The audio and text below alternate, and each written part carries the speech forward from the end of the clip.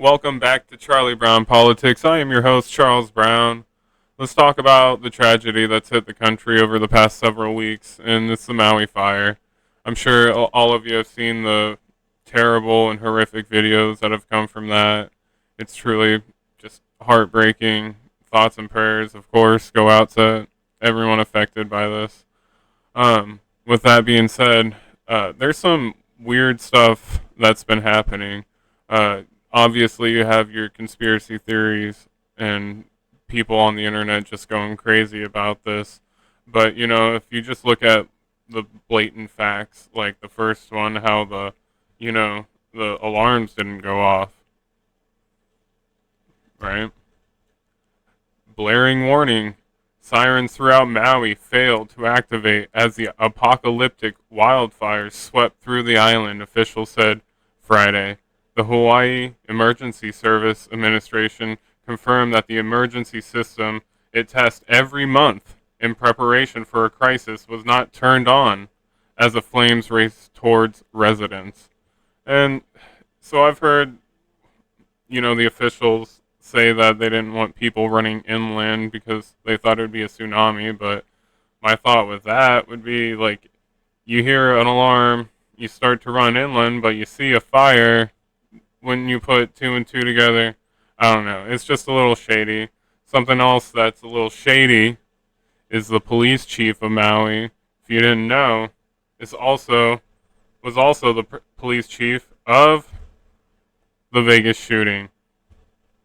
Now, I'm not gonna go down that road, but it's an odd coincidence how this guy is in charge of that, or was in charge of that shooting, and then just somehow happens to get, one of the best police chief jobs in the world, a police chief at Maui.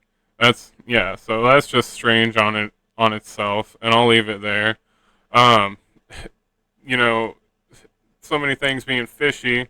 We have got to talk about this witness that I've seen named Fish, and he's going to talk about how he witnessed the police stopping people trying to leave the fire. So let's just get right into this video. I knew you would be okay, by the way. By the way, if you guys don't know who this is Fish. He's been sitting next to Cheeseburger in Paradise selling the most awesome stuffs, right, for years. He's like a legend, and everyone loves Fish. And Fish loves everybody, but he's one of the wisest people that I know. Can you tell your story, man? You got time? Are you feeling all right? Or yeah. I know it's middle of the day and it's hot. Yeah. Well, I went to Safeway late because the wind was blowing, so I knew I wouldn't be able to leave that night. And electricity was off. It took me about an hour and a half to just get some orange juice.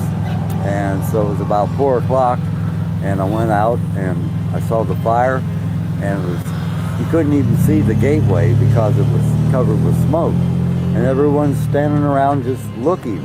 And I said, I think we should get out of here because of the speed of this wind. It could be here in 2 minutes. So I went around back to Front Street, and all the cars were lined up, but none of them were moving. And I walked all the way from Safeway to the chart house. Not one car had moved. And I was wondering what was stopping the traffic. Well, it was a policeman.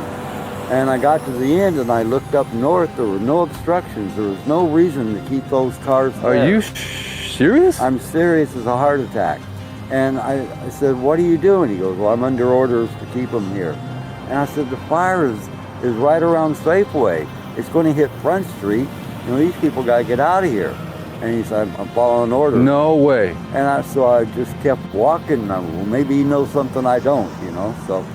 And I keep walking down the highway, and I look behind, no cars are coming out. I walked all the way to Waikuli Beach, still no cars coming out. And I started hearing boom, boom, boom. And then I heard people screaming and stuff. You're saying they were blockaded in by the police?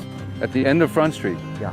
Like where the restaurant is? Right, where the chart house Where the chart house was, I should right. say. There was a blockade there, and they could not go any further. Right. From Safeway to there, not one car had moved.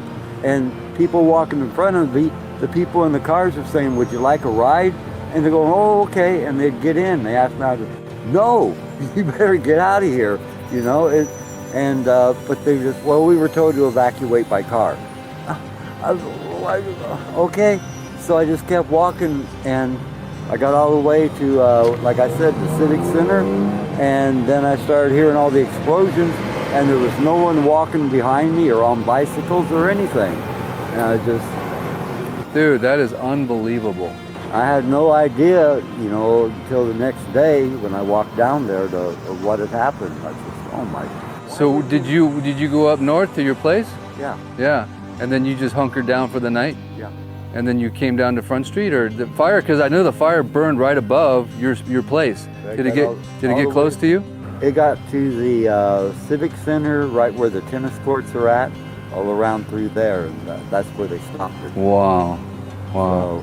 So if people here want to help you, do you have? I know you're not. Are you online? Do you have a Venmo? Do you have any kind of online account of any kind whatsoever? Nothing.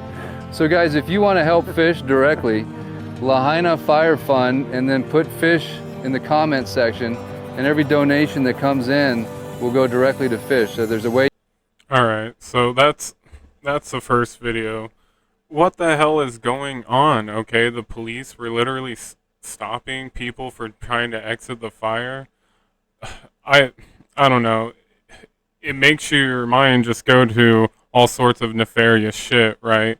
But we need to figure out what the answer on that is. If any of you have heard what the official answer is on why they stopped that, I would like to know.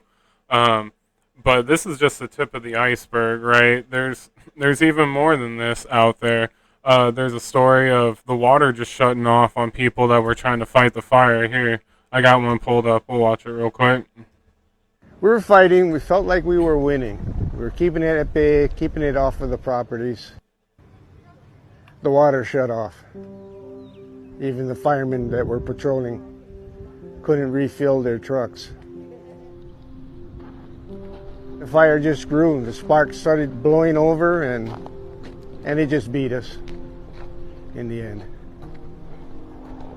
I don't know, you're standing there with a hose and there's nothing coming out, and you see the fire coming over, and you see parts of your house starting to burn, and you just feel you're kind of defeated at the moment. You're going, why? You know, we did everything, and all we could think of was, we have no water, we can't do anything. Jump in our cars and skedaddle, get out of town. And then come back in the morning and see the place all burnt down. So there you had it. What, guys? I have no idea what's going on here. You know, Biden finally showed up and gave a piss poor speech trying to compare his previous traumas compared to the fire in Maui. I won't get into that, but obviously there's a shit ton of answers that we need. What is actually happening? The pain and suffering that happened to the people in Maui is just, I can't even imagine. It's so heartbreaking. So thoughts and prayers out to everybody out there. Let's keep looking at what really happened. Hopefully the truth is going to come out. And yeah, guys, I'll catch you on the next one. All right, later.